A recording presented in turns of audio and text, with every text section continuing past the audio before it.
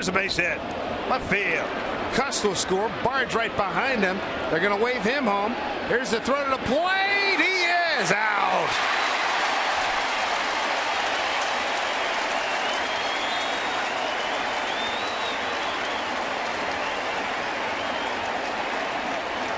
Brett Gardner.